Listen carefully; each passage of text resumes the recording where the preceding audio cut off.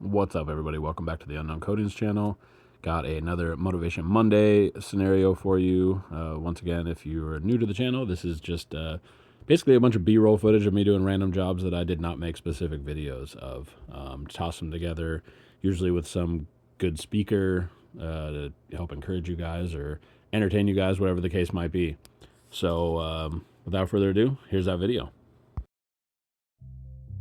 One of the places I like to suggest starting is with what I call environment design. So basically, the things that are on your desk at home, your kitchen counter, your office at work, they influence your behaviors. And if you can restructure your physical environment or your digital environment, then you're more likely to actually stick with the right habit.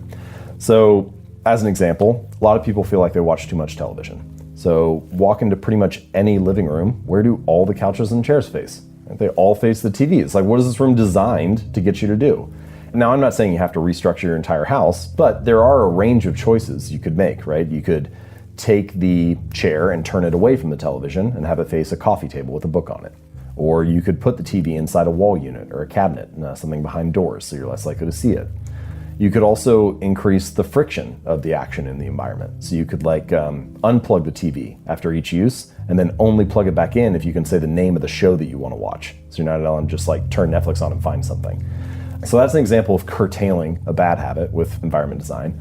But you can also use it to promote good habits. So for example, I used to buy apples and I would put them in the crisper at the bottom of the fridge and I wouldn't see them because they were tucked down there. And so then 2 weeks later, they would go bad and I get annoyed because I'm throwing food out and throwing money away.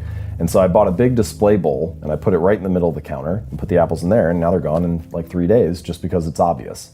There's a study that I mentioned in the book from Massachusetts General Hospital. They went into the cafeteria at the hospital and they added water to all of the fridges, and they also added some of those little rolling carts that have water in it by the food stations in the cafeteria. And that was all they did. They didn't talk to anybody, they didn't motivate anybody. And then 6 months later, water sales are up 25%, soda sales are down 11%. And I always think that's interesting because if you were to go up to any person in that room and be like, why are you drinking a Coke? They'd be like, I wanted a Coke. Why do you have water? This is what I felt like having. But the truth is, some percentage of them chose it just because it was obvious, just because of what the environment nudged them toward.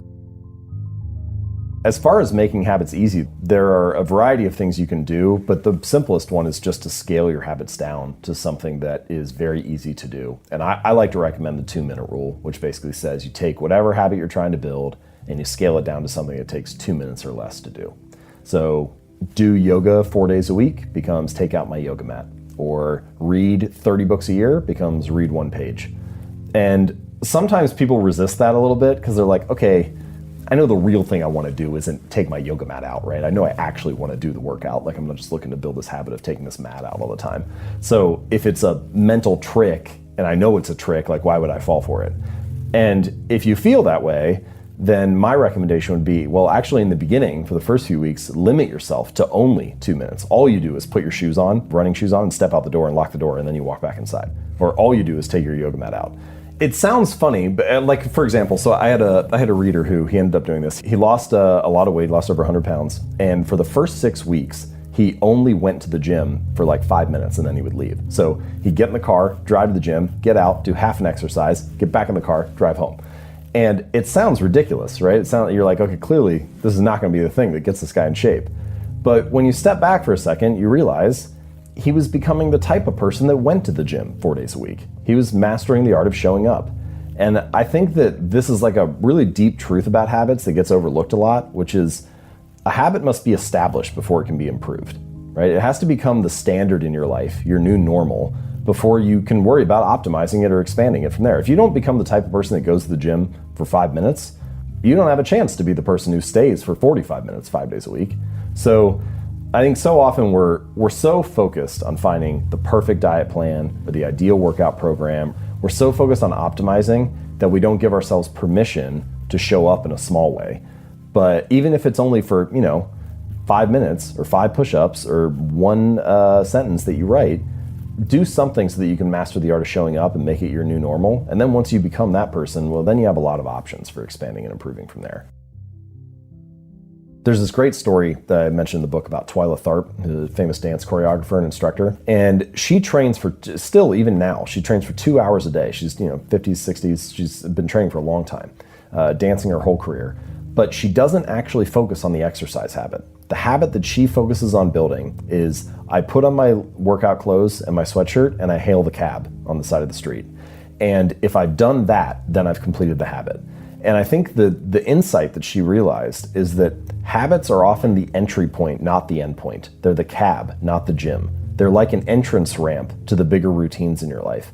And if you can master that habit, that like little decisive moment that determines what happens in the next chunk of time, then the rest of it kind of falls in line. I have this moment each morning where either I open up Evernote and I start writing the next article I'm going to work on, or I go to ESPN and I check the latest sports news.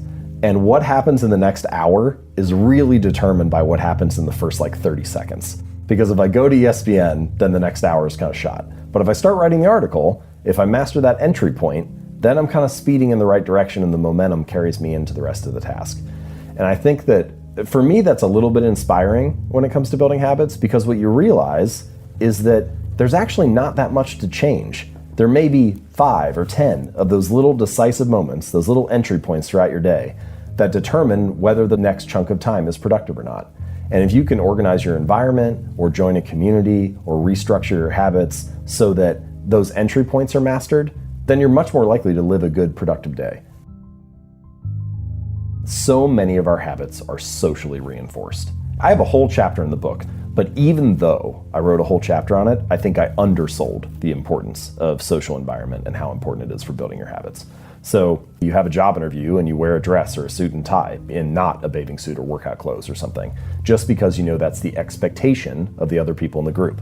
Or you walk onto an elevator and you turn around to face the front, even though you could face the back or the side or whatever, but that's not what people do, so you do what everybody else does. Or you move into a new neighborhood and you walk outside on Tuesday night and you see that all of your neighbors have their recycling bins out. And you're like, oh, we need to sign up for recycling because I guess that's what people like us do in this neighborhood. And then you stick to that habit for 20 years, right? Mostly because it's socially reinforced. And so there all kinds of things, the things we do at work, the way we dress, the things we do at school, the religion we do or don't practice, they're all reinforced by the people that are around us. So I think the punchline to this is that you want to join a group, to join a tribe where your desired behavior is the normal behavior. Because if it's normal in that group, then it's going to give you a reason to stick to it, because your habits are going to be a signal to the people around you, hey, I belong too, right? Like, I get it, I fit in, I'm part of this tribe as well. So social environment is a big driver of whether you stick to habits for the long run, and joining groups that have your desired habits, I think, is a great way to reinforce those for good.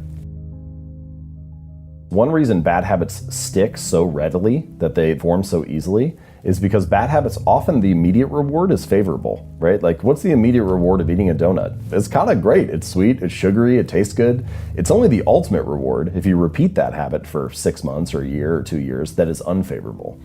Meanwhile, good habits are often the exact opposite.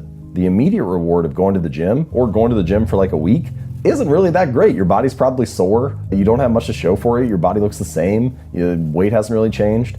But if you stick to that for 6 months or a year or 2 years, then the ultimate reward is favorable. And so a lot of the challenge of building good habits and breaking bad ones is figuring out how to pull the long-term costs of your bad habits into the present moment, so you feel a little bit of that pain right now and have a reason to avoid it, and pull the long-term rewards of your good habits into the present moment so it feels good and you have a reason to kind of make it through that like valley of death in the beginning and stick with it while you're waiting for those delayed rewards to accumulate.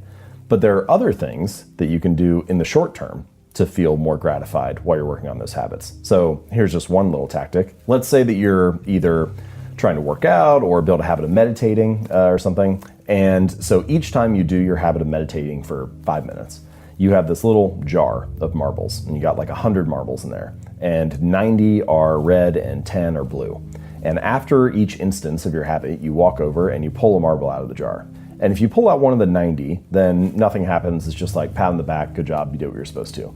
But if you pull out one of the 10, then you get some kind of reward that's exciting to you. Maybe you get to watch Netflix for an hour and not feel guilty, or go for a walk outside, or take a bubble bath, or buy yourself a new jacket, whatever it is, like something that feels rewarding.